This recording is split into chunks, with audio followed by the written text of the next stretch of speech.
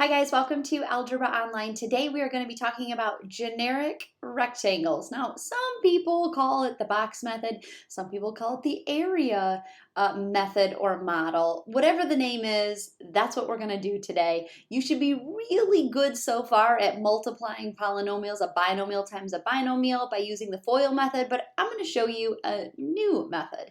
So at the school, our school, we call it the box method, and so you're going to hear me refer to that quite a bit. So I want you to just stop for a second and look at what observations you can make. Take a look at this rectangle. So we have this rectangle right here. Do you see any patterns or do you notice anything?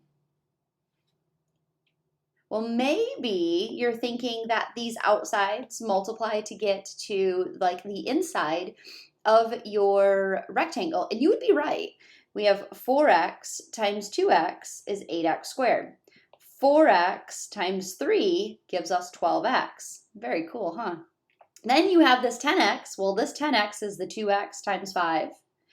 And the 15 is 5 times 3. Very cool.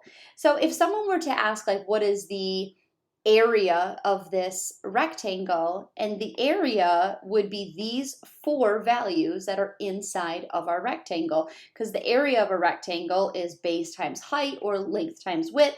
And when we multiply, we get these smaller rectangles inside, and we can add them all up to get to our area. So essentially, that's what we're going to be doing today. So I'd like you to pause this video right now, and I want you to copy these four down in your notes, and we're going to complete these rectangles. We're basically going to find like the area of the rectangles. Okay, did you have enough time to write it down? I hope so. So what I notice for the first rectangle A is that I have a 3 on this side here, and I have a y plus a 5 on this side as well. So I'm going to multiply y times 3 is 3y, and then I'm going to multiply the 5, the 5 and the 3 here, and that will give us 15. So that would be our answer, 3y plus 15. Perfect. Now those two are not like terms. We cannot add them. We cannot add 3y and 15 together. So we just say that that's our final answer. So take a look at B. So then would that be 3x or would it be 2x squared? It's 2x squared because we're multiplying. 2x times x is 2x squared. Now if we were adding, then you would say 3x. But we're not adding, we're multiplying. All right, so let's take a look at the third rectangle. Let's see, this box is 2x times x, and that's going to give us 2x squared. I'm going to go up one box, and so I'm going to see that that is 2x and a 5, so that will give me 10x. Then I'm going to go down back to the bottom right-hand corner here, and it's negative 3 times x, so this is negative 3x, right? Negative 3 times x. Negative 3x. Good. And then this last box here is going to give us a negative 3 times a positive 5, and that is a negative 15. Now, if we wanted to talk about the area inside of this rectangle, we would list all four of them out, but I do notice two of them have they're like terms. The 10x and the negative 3x are like terms, and those are the two that we can combine. So I would say like the final area of this rectangle would be 2x squared and a plus 7x, right? Because you have 10x minus 3x, and it would be minus 15, and our answer would be that trinomial. All right, last one. Let's take a look. We have 6y and 4y, and that would be 24y squared. Then we have 6y times negative 7. That's negative 42y. Then I have the first box here. What is this? This is going to give us a 4y, a negative 4y, right? Those negatives, sometimes they can trip you up if we don't forget to write them down. Okay, and then the last one is negative 7 times negative 1, and that's going to give us a positive 7. All right. Do you see any like terms? I hope that you do. I hope that you see negative 42y and a negative 4y, and that's okay. We're going to keep practicing till we see them all the time. And so I'm going to say that we have the 24y squared, which we have no other y squareds. Then I owe 42y, and then I owe 4y, so that means it's a negative 46y, and then I have a plus 7. All right, how are you doing? Getting the hang of it? Okay, so let's take a look at what we were doing the other day. We had problems that were like this, so I want you to pause the video and definitely write these down before I'm talking about them. Please, it'll help you. But the other lesson, we distributed the 6, right? We did 6 times negative 3 is a negative 18x, and then we did 6 times 2, which is 12. Totally cool, totally good, it works. What if we applied that box or that rectangle method to solve the rest of them? And so you can draw like a generic rectangle, and I'm going to kind of break it up like this because I'm going to say that the x squared is here, and it's going to multiply the 4x minus the 2y. And essentially what you're doing is you're taking these two and multiplying them to get inside of the box, right? Multiplying.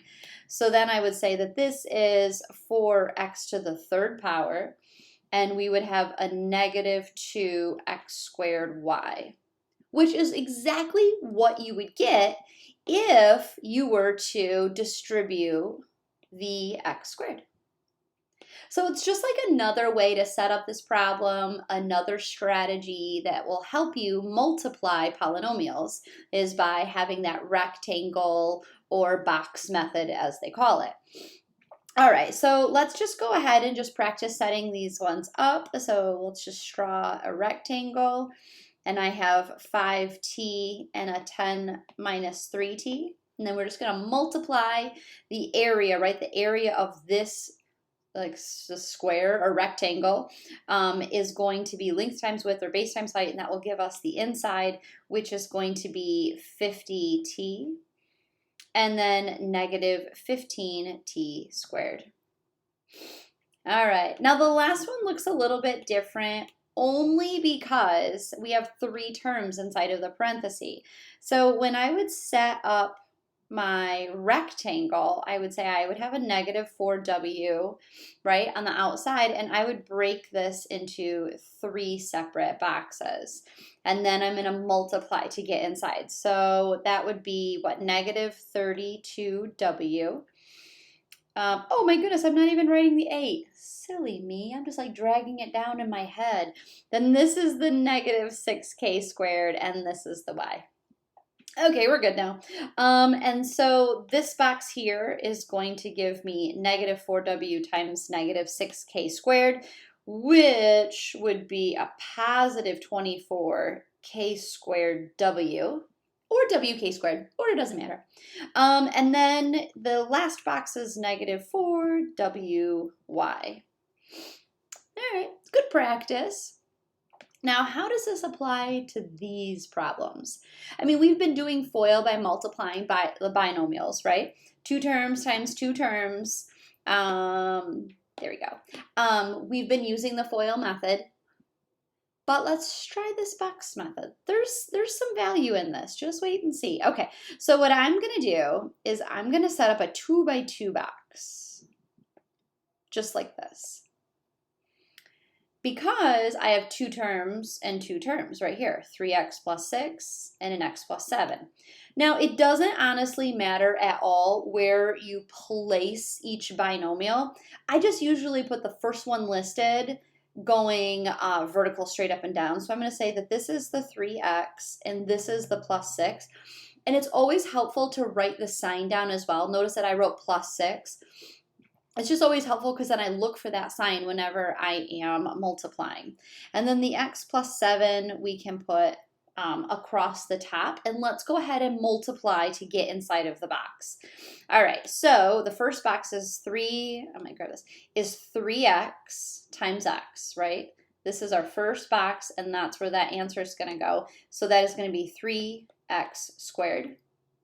This next box is 7x times 3x, which is 21x. I just want you to visually see what's happening for this box right here. 7 times a 3x. Let's go on. For this box, we have x times 6. that's going to give us 6x. And the last box is the 7 times the 6, which is 42. Now, do you notice any like terms?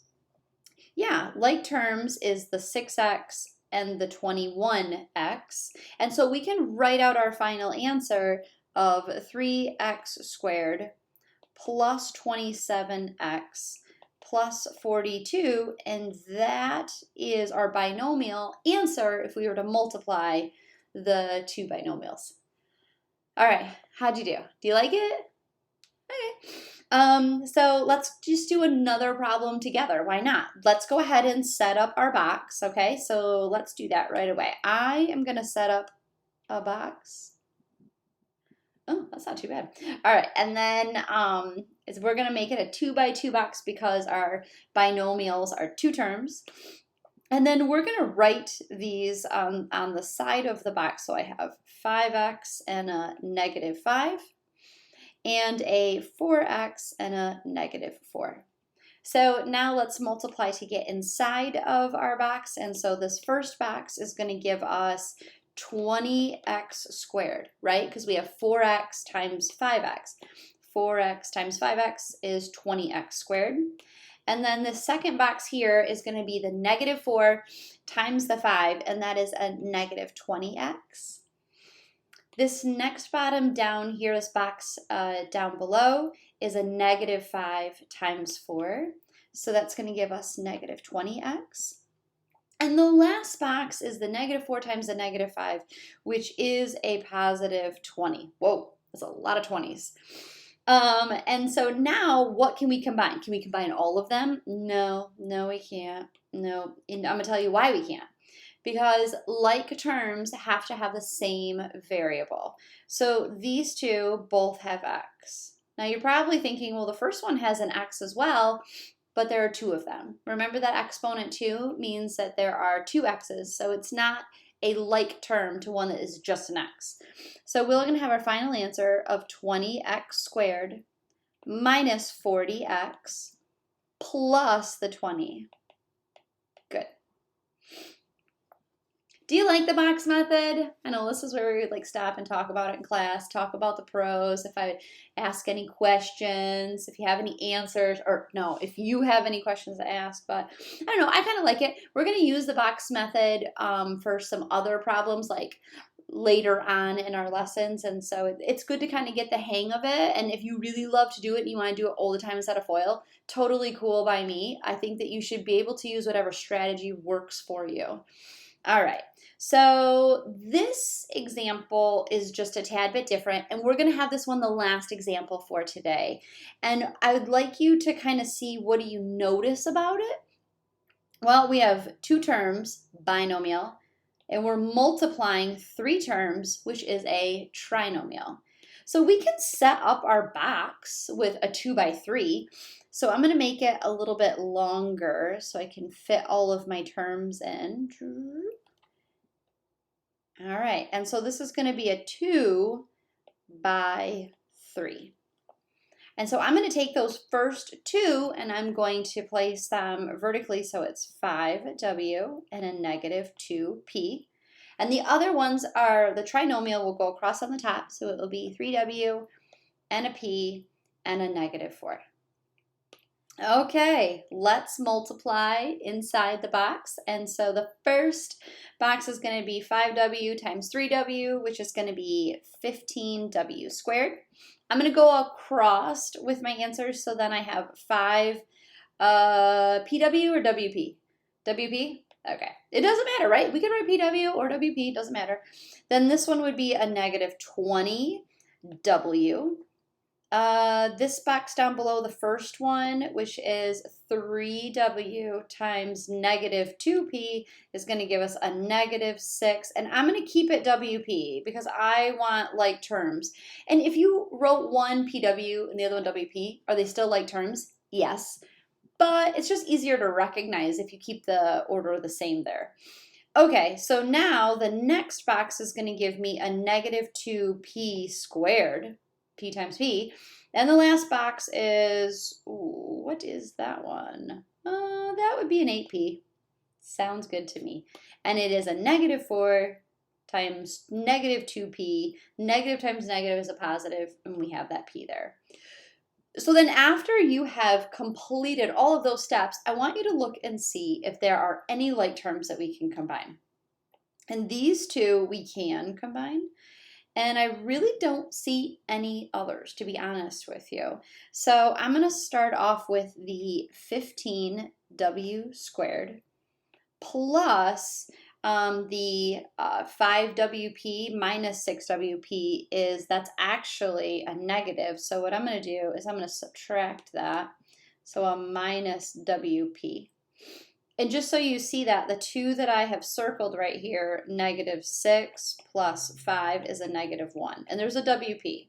So we know that we don't have to write that 1 because 1 times WP is WP. So then next I'm going to write the negative 2p squared, then the negative 20w, then the plus 8p. And then the question becomes, does that order matter? No. My directions did not say to write it like in standard form. In standard form would be the highest exponent first, and then in descending order, so it'd go down to the smallest all the way. But it didn't say that, so your order is okay, just as long as we have the same terms, right? If you look at each term, that one is represented in your answer. All right, guys, well, I really hope that you enjoyed the box method today, and I will see you next time. Bye.